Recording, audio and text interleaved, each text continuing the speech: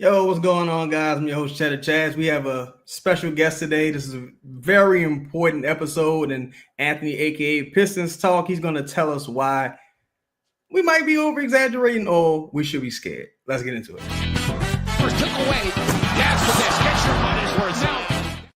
Today's broadcast is brought to you by Scott Victor Injury Attorneys. Contact them now at 504-500-1111 for a free, yes, free consultation. And Anthony, I'm going to need a consultation today from you, sir. How you doing, brother? How you doing today?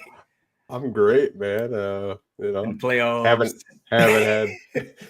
We haven't won a playoff game in 17 years. So whole city over here is just. Has it been that long? Yeah, I was a freshman in high school last time they won. It was like Antonio McDyess, Chauncey Billups, Rasheed Wallace. Like it's been a minute. It's been a minute. Because you guys didn't go to playoffs with Iverson, right? No, he quit. Oh, yeah, he did. Damn. Oh man. So let's get into it, man. Joe Dumars is the executive vice president of basketball operations here in New Orleans. I really feel like the Pistons gave Joe Dumars every opportunity to turn things around. You had, the Josh Hart signing, you had the Brandon Knight sign, you had a lot of things, drafting Greg Monroe, which worked out, who's again another person from Detroit who now works with the Pelicans. Do you feel like the backlash from the Joe Dumars hiring is justified? Can you tell us about some of his dealings in Detroit, and if the bad ones were more overstated? I would say when he first got the job, the former owner of the Pistons, who passed away, Bill Davidson, took a liking to him. After he retired, he said, "Why don't you, work in the front office?" He kind of job shadowed for about a year before he kind of got the full reins. And from my understanding, talking to people, I think why the go into work Pistons, as people kind of call them, why they were assembled like that, is Joe played against Ben Wallace during his heyday. He played against a lot of these guys or knew about them. And I think that's why in the early years, the early 2000s, why they had from, 02 to 08, 6 straight Eastern Conference finals. And there was a lot of success there. I think when you talk about Joe Dumars, especially in the draft, the one name that always comes up is Darko Milicic. And I'm sure you guys have kind of got into that on your podcast. But I think the one thing with him is his drafts outside of Tayshaun Prince were really bad. Like really, really bad. And I think that's why you brought in a guy like Troy Weaver to kind of like help you in that area. It's funny you bring up Troy Weaver because his draft history it's impressive. And I just want to get more context surrounding his particular draft selections. Because Cade Cunningham, of course, consensus number 1 pick. I don't know how much credit I would give Troy. Now he could have bucked the system and just did something crazy, like Dumars. But but as far as Joe, again, that title reign, the back-to-back Eastern Conference appearances, had 2 finals appearances, if I'm not mistaken. It's nothing to sneeze at. Did he go to 7 games in that second finals? Yeah, against the Spurs. It's going to give me PTSD thinking about Robert. It's always the Spurs, man. It's always the Spurs, man. They did the same thing to my beloved Hornets, but we never went to the finals. But we got to take our victories where we can get them. But so resume is nothing to sneeze at. We don't even have to get into his accomplishments as a player, bona fide Hall of Fame, the man.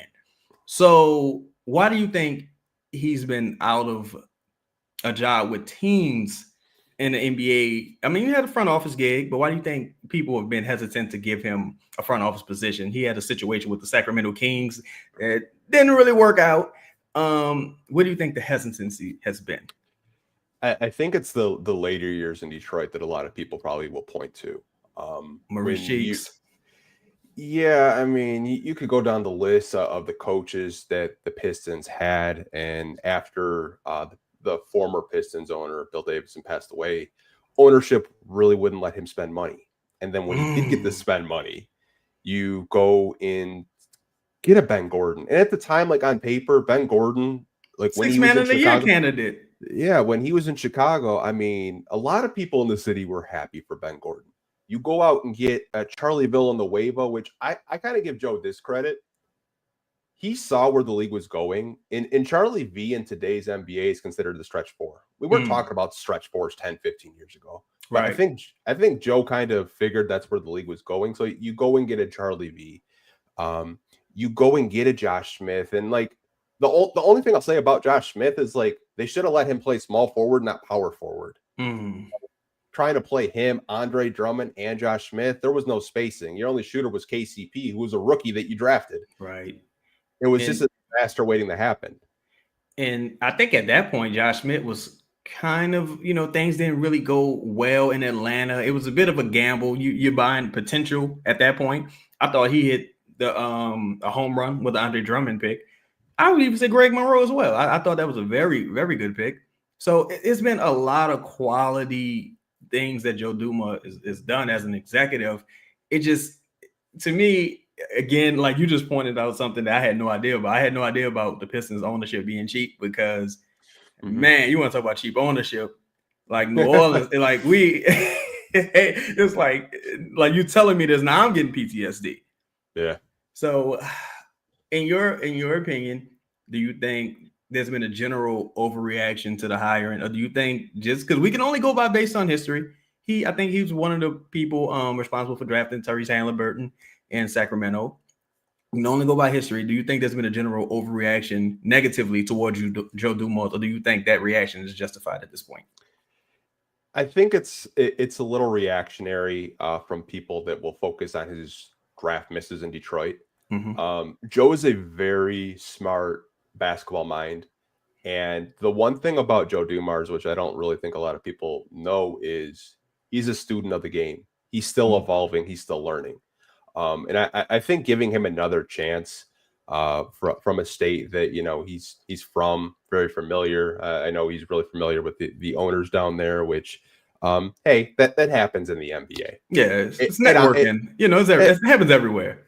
Yeah, I honestly think that, like, he's going to do good in New Orleans, in my opinion. It might not be right away because I have questions about New Orleans. Like, what are they trying to do? Are they trying to compete for the playoffs? Do they want to rebuild? Do they want to retool? What's going on with Zion? Like, what is the future for the Pelicans? And I'm sure you guys have those same questions as well. Absolutely. And one of the things before we transition to Weaver, I had a big question about was Joe Dumars' age. Joe Dumars is 62 years old. I don't think Joe Dumars would join an organization looking at a long-term rebuild. And maybe that was some of the hesitancy. I don't know what, type of mandates he may have had from Detroit ownership. I'm sure once he had a taste of the finals twice, he didn't want to go through a rebuild. He wants to continue to try to thread the needle and compete when it's probably better you just tear this entire thing down and kind of do what you guys did under Troy Weaver. Now, we speak about Troy Weaver. Get into some of his draft picks here. I'm just going to go with his Pistons tenure. You got Killian Hayes. That's a hell of a start. So you got Killian Hayes. You got Isaiah Stewart, Sadiq Bey, one of my favorite role players. Cade Cunningham. You got Jaden Ivey. You got Durant. So how do you, in hindsight, how do you evaluate the misses? Because I think his role player drafts knocked him out of the park, but you got the misses, and there were some questions surrounding Ivy, and that may be more attributed to Monty Williams' use, another former New Orleans coach, and Jalen Durant, who had a really promising rookie year, but then it got kind of weird. How do you evaluate the Killian Hayes pick? It's so funny, and I want to start by saying this is when Stan Van Gundy was let go, the Pistons didn't have a general manager or anyone in the front office. Former Pelican, yeah. Yeah, for a while. They hired Ed Stefanski, who worked in Memphis and in Philly. Okay. And the thing with Weaver is the Pistons regime just wanted to scout. They gave him the title as GM, but Troy didn't have full reign of what he wanted to do. And I don't really – there were so many talking heads. There were so many decision makers, smartest guy in the room type of thing, where just the Killian draft. there are people in the Pistons organization that wanted Halliburton. But since it was Troy's first draft, they let him select Killian. And I mean, the thing with Troy is always going to go for upside. He's always going to go with potential. You have to in a small market, right? Yeah, you have to. Like Killian Hayes at the time, 6'5", defensive point guard, pass first. The thing with him is he just had no confidence whatsoever. Like it was all mental with him. Like he has all the tools. He has the NBA body. It's just it never really transitioned from like playing European ball to the NBA. But I mean, for his drafts, I think outside of the Killian drafts, even some second round picks, I thought for the process of it wasn't too bad. Overall, I think he will help Joe in that area with drafting, and that's something that Joe has always struggled with. Okay. For the rest of the picks, again, I think Isaiah Stewart, that pick is paying dividends to this day. I really like the Sadiq Bey pick when it was done. Of course, he went on to Atlanta, was doing well in Atlanta before the ACL injury again versus the Pelicans. The parallels here are just insane. Even when you mention Killian Hayes, I think about Dyson Daniels and his time as a Pelican specifically. It was just a difficult transition from Australian basketball to the G League Ignite to the Pelicans. So with the Ivy pick, right? I think Ivy was a consensus number 5 pick. Where Paolo jumped, I think that threw the board off a little bit.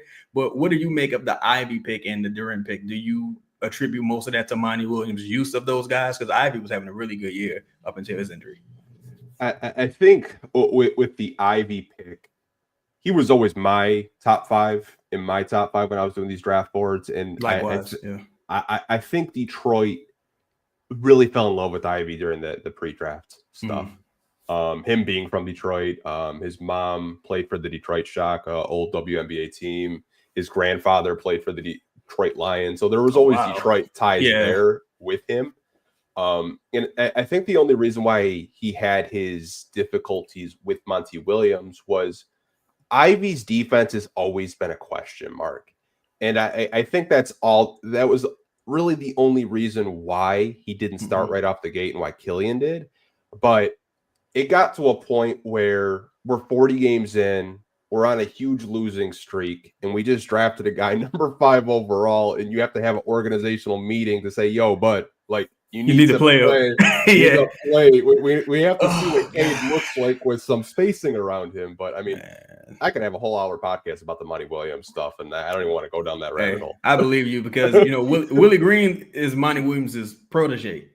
And you see a lot of the same parallels, man. Even with a guy like Dyson Daniels playing a Jose Alvarado, when you got Dyson, you've invested the number 8 pick into a Dyson Daniels. And man, some of these things you're saying are like haunting because I'm like, God, this is the exact same situation here. So let's get into some of the trades. Now, Troy isn't the GM, right? But David Griffin also wasn't the GM. And the Pelicans have one of the smaller front offices. So I think Troy is going to be the de facto GM or de facto advisor. I don't think he would, leave a job with upside in Washington just to join another bad organization and, be a yes man, as Lala pointed out. You guys had Bogdanovich on a very, very creative contract that probably didn't net what you might have anticipated it would. Because how much of that money was guaranteed in the final year? 0 if you cut them by a certain date. Oh, my God. Yeah, Pelicans had the same situation with someone. But, you got that. You had a Wiseman. You pick up his play option, maybe trade him as, just expiring salary. How is Weaver when it comes down to the wheeling and dealing? The thing I want to warn Pelican fans is he's obsessed with centers. Oh my God. Roy Weaver loves centers. I think his first week, I'm not even exaggerating, we had 7 centers on the roster. Is this when you guys had oh my God, did y'all have what's the guy, man? Wendell Carter, was he on the roster? We had Jahlil Okafor, Mason Plumlee. We're still paying Dwayne Dedmon to this day. He's on our books as dead money. Oh my God. Troy loves his centers. So that's something as a Pelicans fan, expect front court players in free agency or even the draft for that matter. That's something that he really looks at. in terms of just trades, I would honestly say he's had some where you're like, okay, like the Jeremy Grant trade, I thought Right, I was remember that. a sign and trade with Denver, probably one of his better trades. The Bojan Bogdanovic one, kind of a sneaky under the radar trade, dealing with Utah. But you also have to remember that's where Troy got to start in Utah. I mean, right. he was there, when they drafted Darren Williams. So he's got those relationships with the Utah front office still to this day, and even OKC and Washington. But his trades, I think if I would evaluate it, I'm giving him like a D. And I think Joe Dumars is kind of like in that same situation. Like trades, like if I'm a Pelicans fan, I would be like, like we're gonna get taken advantage of. I already know it. Oh my God. You're talking about a team that doesn't have, I think we don't have a second round pick for quite some time. Man, you are not inspiring a lot of confidence right now, Anthony. So what I wanted to ask you now, of course, we got the Zion Williamson situation. For me, I say, hey man, you got to go down with the ship when it comes to Zion Williamson in this market. And after what happened with the Brandon Ingram trade, you're like that. The trade for even 80 cents on the dollar just isn't out there, right? So, of course, you had Chauncey Billups in the Joe Dumars situation. You had Rip Hamilton.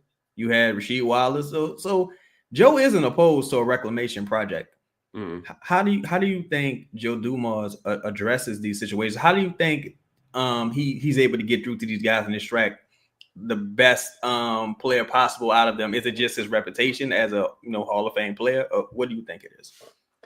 I think in terms of trades of him just kind of trying to retool and get something out of a guy that maybe, fit wise, who knows? Medical staff. I know there's, stuff like that, which I've talked to some Pelicans fans before, but I think if I were you guys, I would definitely look at the trades, and I think where Joe would really, I think, attack is looking at two teams in the Western Conference, in my opinion, that would love a Zion. I think Phoenix would be all in on a Zion. You got Matt Ishbia. He'd be like, "Ooh, I want that. It's a shiny new toy." He would definitely do that. Now, do you get a Bradley Beal on that? Not sure. Do you get a Kevin Durant? Not sure. Right.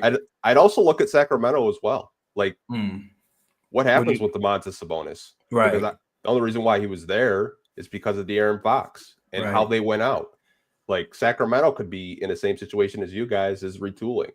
And I think that's where Joe would really look at, is trying to get a player, might not be on the same kind of playing level, but these players might be more readily available for you guys, which I think has always been a thing with Zion. No one really questions the talent. It's just he's just never healthy. Right. Absolutely. Man, it's again, when I look at Joe Dumars, if Joe Dumars was 42, I evaluate this totally differently, right? Because I say, okay, you get a top 3 pick, top 4 pick, make your draft pick. We got quality guys in like Herb Jones. You got Trey Murphy, guys who are on long-term contracts, but you would have to trade them for a traditional full-blown teardown, and you have to just start getting lottery picks. You own all of your own picks. You own a couple of Bucks picks. Things can be very valuable to you moving forward. But at 62, I think the way he's going to try to thread the needle, or they keep Zion, and who knows what happens, because now you're dealing with another year of Detroit native Willie Green. Anthony, we need y'all to stop firing people, man, because we can't take everybody on at the Pelicans. We got Stan Van Gundy. You guys got Trajan Langdon. It's ridiculous. But Anthony, tell us where the people can find you. They could find me on Pistons Talk at all social media platforms. We do podcasts just like you guys. I mean, I think we're doing like 3 to 5 podcasts a week with the season, but with that winding down, we're probably going to go once a week. I don't think I can find content for 3 to 5 times a week by myself personally. you know how the grind is. Oh man, I understand. I definitely understand. So at least y'all got some playoffs to talk about. We 3rd, 4th season in a row. We like, all right, so what we do is Zion, Yeah, honestly, man. Like, I know, before we wrap up, Alan had dropped a comment. He said, Dumars was drooling over a star in summer league, and he was, and that's kind of like the archetype of like. I know I mentioned it earlier with Troy. Like Troy loves those toolsy wings. Like you guys had Dyson Daniels, which it kind of makes me think if Troy was there, he probably wouldn't have involved Dyson Daniels in any kind of trade for I can't remember, was it DeJounte Murray? Yeah, DeJounte Murray. Yeah, like those are the type of wings and players that Troy and Joe will probably covet in drafts. It's great. I've heard that they have some interest in Ace Bailey, and I could see it. I wouldn't hate it. Another high upside play person, that you may not, a type of talent that you may not be able to attract via free agency. And the Pelicans also don't have a lot of money in free agency. So it's going to be tough, man. But I definitely appreciate you joining, guys. Please be sure to like, comment, subscribe. Check out Pistons Talk. They got playoff basketball. They just beat the Knicks at home in dramatic fashion. So please be sure to check out all the great things they're doing at Pistons Talk. And check out Detroit. So I see you got to keep them at this point. Let's talk about Zion. But appreciate you, Anthony, bro. Thank you. No problem, man.